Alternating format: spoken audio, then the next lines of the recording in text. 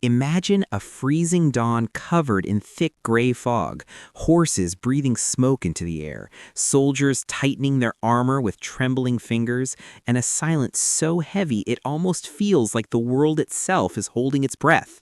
This is not just another battlefield.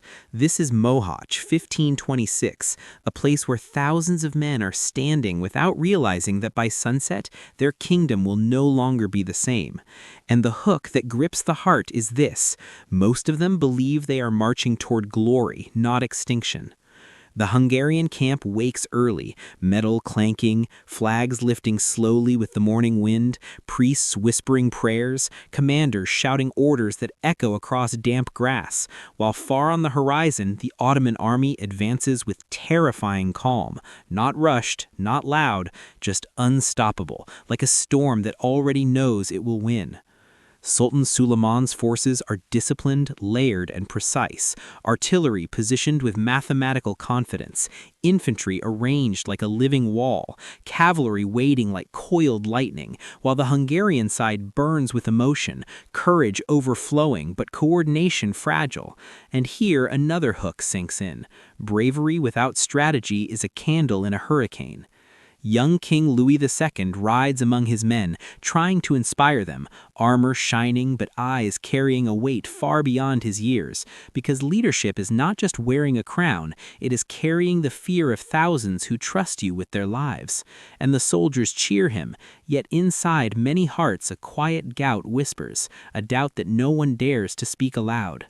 The plains stretch endlessly, muddy patches hiding beneath green grass, shallow streams glistening like harmless decorations that will soon become death traps, and nature itself feels indifferent, birds flying above unaware that by evening the ground below will be painted red. Hungarian commanders decide on a bold, direct charge, believing speed will shatter the Ottoman lines before artillery can respond. And this is the moment history tightens its grip, a single tactical belief forming the crack through which an entire kingdom will fall. Because wars are rarely lost in the clash of swords, they are lost in the rooms where decisions are made. The sun slowly rises, revealing rows upon rows of soldiers on both sides, armor reflecting light like thousands of tiny mirrors, drums beating louder, hearts racing faster, and the final hook before the storm.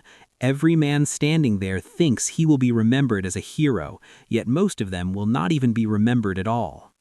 The first cannon fires, and the sound tears through the morning like the sky itself has split open. Birds scatter violently, horses rear and panic, and within seconds, the peaceful fog transforms into smoke and screaming chaos. And the hook here is brutal. Wars do not begin with glory, they begin with confusion. Hungarian knights charge forward with breathtaking courage, metal armor flashing as they thunder across the plains. But courage collides with artillery, and the ground erupts beneath them, explosions throwing men and horses into the air like broken toys, turning formation into disorder within moments. Ottoman cannons continue firing with ruthless rhythm, each blast calculated, each impact tearing holes in tightly packed lines, and suddenly bravery starts slipping into desperation because no shield can block thunder. The mud beneath the grass reveals its treachery. Horses stumble, soldiers fall, heavy armor dragging them down, turning speed into vulnerability. And here comes another hook. The battlefield does not care about intentions, it only rewards preparation.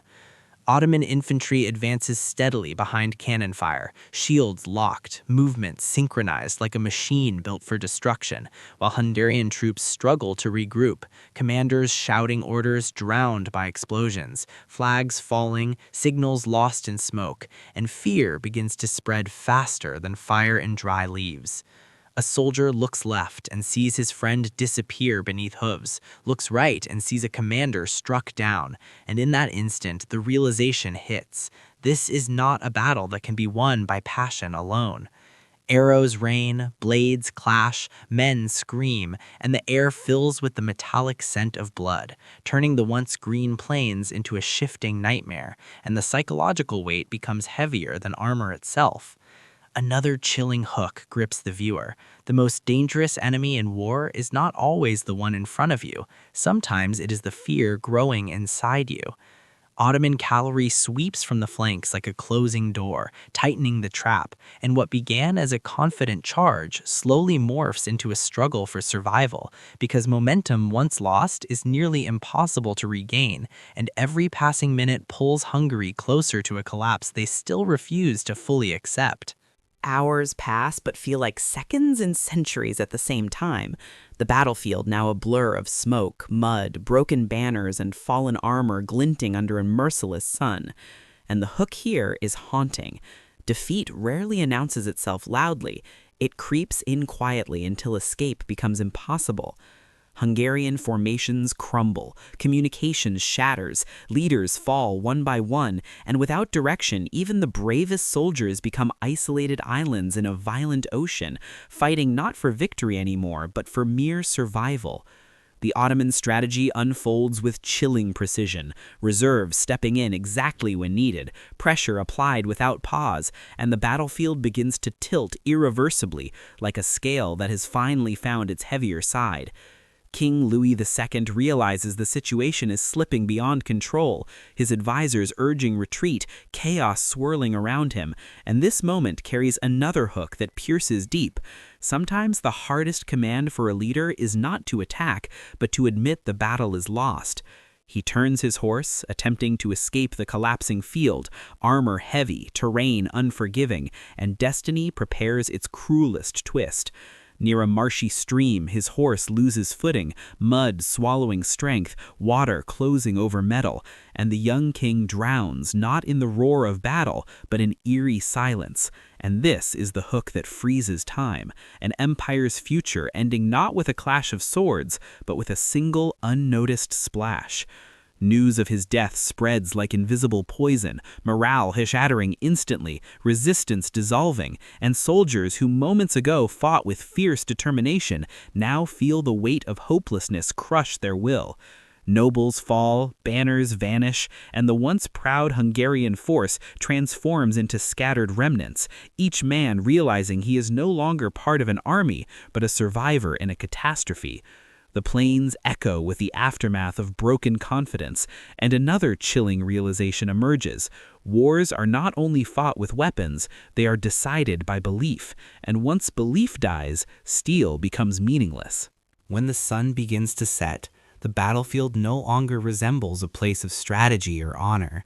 It becomes a silent graveyard of ambition, shattered armor reflecting orange light like fading memories, and the hook here is unforgettable. Sometimes history changes, not over decades, but within a single afternoon. The Ottoman victory is not just territorial, it is psychological, a message sent across Europe that power can collapse faster than anyone expects. And the consequences ripple outward like waves from a stone dropped into still water. Hungary, once a strong kingdom standing as a shield in Central Europe, finds itself fractured. Leadership gone, defenses weakened, and foreign powers circling like vultures sensing vulnerability. Families wait for soldiers who will never return. Cities whisper rumors of invasion, and fear becomes a permanent resident in the minds of the people because the end of a battle is often the beginning of suffering for civilians. Another hook cuts deep. The loudest sound after war is the silence of those who realize their future has been rewritten without their consent. Political instability follows, territories divided, influence reduced, and generations grow up hearing stories of Mohacs as a wound that never truly healed, a reminder carved into national memory. The plains themselves become symbolic, not just land, but a lesson, teaching that arrogance, misjudgment, and underestimating an opponent can erase years of strength in mere hours.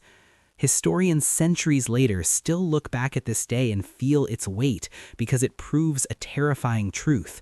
Nations do not always fall through long decline. Sometimes they fall through one catastrophic decision made under pressure. And the final hook lingers like an echo that refuses to fade. The Battle of Mohács was not merely a military defeat. It was the moment a kingdom realized that the future it assumed was secure had already slipped quietly into the mud, leaving behind only stories, warnings, and the haunting knowledge that history remembers outcomes, not intentions.